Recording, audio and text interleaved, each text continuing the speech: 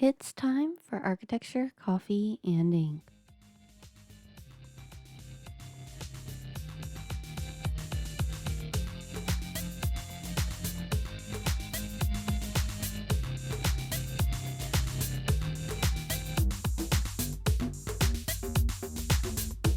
Hello, this is Hollywood C, and you're listening to Architecture, Coffee, and Ink, a podcast dedicated to introducing concepts, detailing out designs, and tackling the architecture you might not realize the meaning behind. I'm your hostess, and I'm here today to start introducing you to the designs that make you wonder why. So I ask you to brew your coffee, grab your sketchbook and pen, and let's begin. Hello, and welcome to another episode. I am so excited to talk about the oldest park in the world, and it is not the one you are thinking of. Of course, if you've read the episode description first, you know that we are talking about Bogd National Park in Mongolia. Before we dive into the episode, just remember, as always, to always check your sources, check your facts, and most importantly, check me. I should never be your only source of information. This episode is going to be another episode where I will need to apologize in advance for mispronouncing words. I promise I will try my best to be as true to the correct pronunciation as possible and mean no disrespect for any mistakes I make. This podcast is dedicated to celebrating all of the people and cultures we discuss. Now, let's dive into the topic, and we're going to do that by clearing up a misconception. Normally, when you preface the conversation saying that you're going to be talking about the oldest national park in the world, the first park most people think of in the Western Hemisphere at least is Yellowstone National Park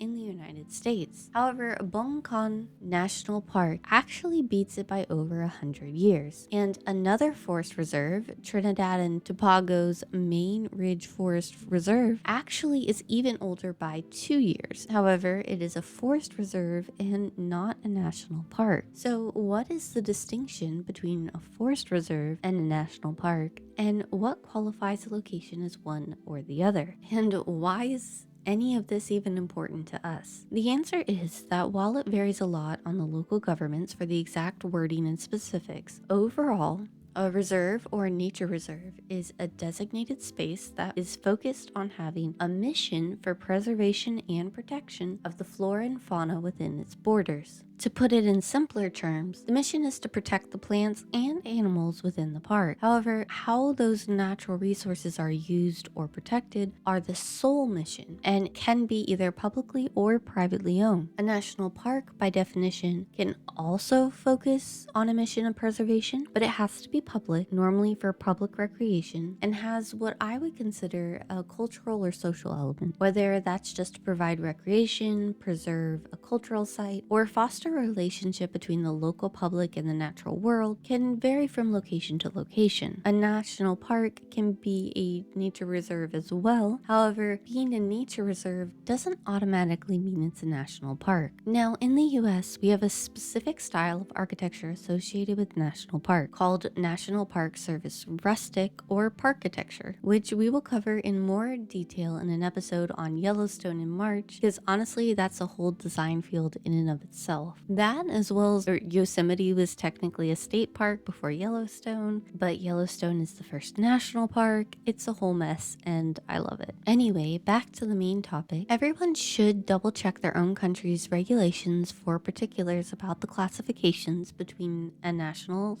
and state and a preservation, as it does vary a little bit between countries and territories. According to BBVA Open Mind, 15% of the land and 7.45% of the oceans on Earth are currently dedicated as protected areas as of October 2023. A number that I genuinely hope to see increase as the years go on. And within these, the Bogd Biosphere Reserve is the oldest national park. So let's dive into the history of this place and the area surrounding it. Bogd Mountain is just outside of Ulaanbaatar, Mongolia, the capital of the country, and has played an extremely important role throughout Mongolia's history. It is roughly an hour's drive away from the capital, making it an easy day trip, as many of the sites I visited while researching we're quick to point out. It has several religious sites over the mountain, while the whole of the park covers a total of 67,300 hectares or 260 square miles. It is considered a sacred mountain and is covered with a scattering of monasteries and stupas, which are structures for meditation. The name of the mountain actually comes from the 8th spiritual leader of Mongolia. However, the site has been important for both Buddhism and shamanism. First, let's dive into the history of this park. So this park has been an extremely important site for centuries, and the history actually begins as far back as the 12th and 13th century. As far back as 1294, the site was protected underneath the Great Yan dynasty law, according to Tour Mongolia's website, when Toral Khan forbid any form of hunting or lodging on the mountain, and at this time the mountain was just the Khan Mountain. Later on, it was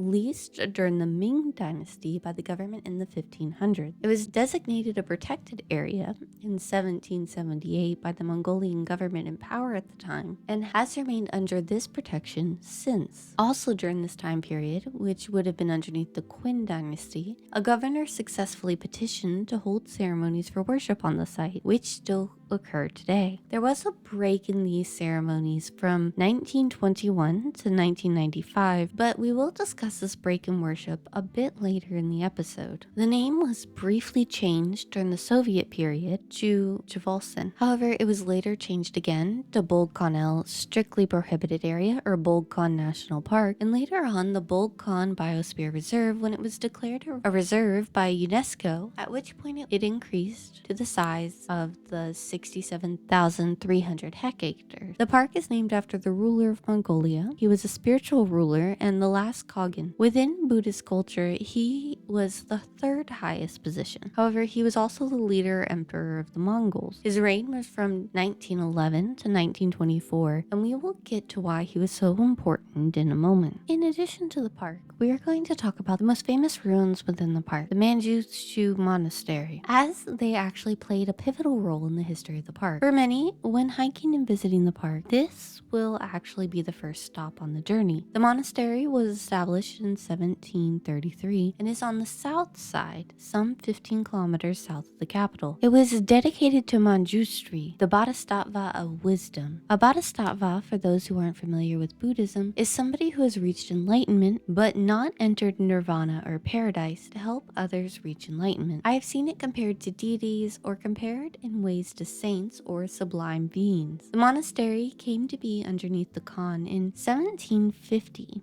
Before the creation of the park. Originally, there was only one temple. However, a second was added in 1750 and again in 1770. It was destroyed in the 1930s over a course of a tragic event. These events are also what caused the pause in the park's festivities that I mentioned earlier in the episode. The end of the monastery began on February 3rd, 1921, when the Bogd, the man I mentioned earlier, chose to seek refuge at the monastery. He had been previously captured by invading Chinese troops after briefly reigning following a declaration of independence by Mongolia in 1911. It didn't last long until he was captured. However, he was released prior to the Mongolian Revolution of 1921. This revolution would see the second rise of Bogd. However, he was severely weakened. After this rise to power, the chief abbot Tetsudor worked with him until the Bogd's death in 1924. After his death, there was essentially no one standing in the way of the Socialist Party moving in and taking over, and they did so with extreme prejudice, basically trying to purge the country of all traces of Buddhism. Tetsudor had his personal property confiscated, and he and another 23 lamas or monks from the temple were arrested. Not much longer after that, the remaining 53 at the temple were also exiled, arrested, and then the majority of them were later executed. The temples were then destroyed, and only some of the scriptures were saved and moved to the Mongolian National Library. This is part of what is known as the Stalinist Purges. The Purges were not limited to this monastery, and were also known as the Great Purge or the Great Terror. Great here meaning large quantity or large reaching, meaning lots of terror. And this site wasn't the the only ones in Mongolia. It's estimated that around 18,000 monks and some 700 monasteries were destroyed across the country. Altogether, this was a small part of the total purges, as it's an estimated around 750,000 people were outright killed, and another 1 million were sent away to labor camp, where countless more died. The thing is, they cut out and removed all traces of people from photographed by hand, as well as removed documentation of their existence. So these numbers are the best estimate by scholars, but we honestly don't know for sure. Altogether, at its height, there was a total of over 20 temples and would have reached around 300 monks, and it also would have housed countless scriptures. Around the site are carvings and cave paintings dating back to the 18th century, which managed to escape the destruction and can be seen today. Restoration efforts began in 1990, and in 1992 it was re-established and officially listed as protected ruins in 1998. Of the original buildings, only one has been rebuilt and is a museum. However, artifacts of the original site can be seen dotting the landscape, including a 2-ton cauldron used for cooking and originally installed in 1726. A fun fact about the cauldron that all sites seem to throw out is that it could cook 10 sheep or 2 cows at a single time. This is apparently equivalent to 1,800 liters or 467 US gallons or 396 imperial gallons. Science Direct had an article titled "The Forest Vegetation Structures of the Mountain" by Barzinga et al. In 2022 that stated that the area within the park was broken up into 3 zones. 12,216 hectares were restricted, 16,000 hectares were pristine, and 13,433 hectares were protected. In other studies, I have seen other words used in place of these, but basically what this means is that the areas on the outskirts of the park allowed humans to participate in recreational activities, though often with limitations. In the innermost areas, these zones are intended to be untouched by humans, or left as much as possible for the wildlife to use only. And then in between them is an area you might have heard of called the buffer zone. And this zone is basically there to act as a buffer or padding to prevent the human areas from spilling over into the wildlife areas and vice versa. Of course, that means that the most frequent encounters with wildlife tends to happen in these buffer zones. Not all of it, but a larger portion of the encounters in part. Of course, when the overall habitat decreases, that means that the buffer gets smaller, increasing the likelihood of the inhabitants of these regions coming into contact. Currently, there are efforts underway to help revitalize the park and reforest it. While this has been one of the oldest continuously protected sites, it has had its share of trauma. Nearby construction from the surrounding areas, forest fires from irresponsible guests, and illegal timber harvesting are just some of the issues that have put the land in danger, according to that same article on Science Direct. Additional problems include non-native feral animals from the city escaping into the region, which a student at the University of Arizona was researching as part of a larger study on wolves and feral dogs that same year. In addition to its cultural history, the site serves an extremely important environmental function. That being said, the park is currently a great place for hiking with lush growth and bubbling streams. It still has a wide variety of wildlife, including sables, boars, foxes, deer, etc. It has bare granite rocks on the south side, taiga vegetation, grassland, alpine tundra, mixed forests, and Siberian birches. Basically, it has a large mixture of habitat, basically fields of grass all the way to evergreen forest and everything in between, due to the dramatic changes of elevation. It plays an essential role for the Arctic Ocean Tole River Basin and has streams that feed into the Tole River. I actually found a legend on a few tour sites about why the mountain is shaped the way it is. Apparently, the Bulga was a famous archer seeking the hands of Tole, a beautiful mermaid. However, Chingaste, a wrestler, and another mountain nearby apparently sought her hand as well. well. They chose to battle to win her hand, according to Tourist Info Center. When Chinggis lost, he asked that his head be removed and placed so he can gaze upon Tol even in death, and that it is his head that creates Zay Sing Hill within the park, and his body that lies to the north, while Bogd can be with his Tol. It offers recreational activities such as hiking, horseback riding, picnicking, and more. Apparently, it is also a hotspot for geocaches, which are hidden all over the mountain, though there is an online site to direct you to those. Geocaches are an outdoor recreational activity where you go to a certain location and find treasure based on a satellite location. It is a mixture of dense forest and alpine grasses. It was added to the UNESCO World Heritage tentative list on August 6, 1996. As I mentioned in the episode, one of the most important aspects of this location is that it is a sacred site. So to put it mildly, everyone should be on their best behavior and give it the respect it deserves. Going into the travel vlog part of this episode, if you choose to visit, there are multiple ways to go. Make sure that if you are planning a trip on your own, you do apply for the correct permit prior to taking a trip. It is required to get a permit, so please double check that, as well as pack for all types of weather. Apparently, the weather is unpredictable at best and tends to change with little warning, so make sure to be prepared. There are also guided tours and other options as well, which might be a better option for those unfamiliar with how to avoid altitude sickness. The peak reaches 2,265 meters, so that is an additional consideration to keep in mind. Additionally, I did notice that not all of the companies who provide tours to the area have accessible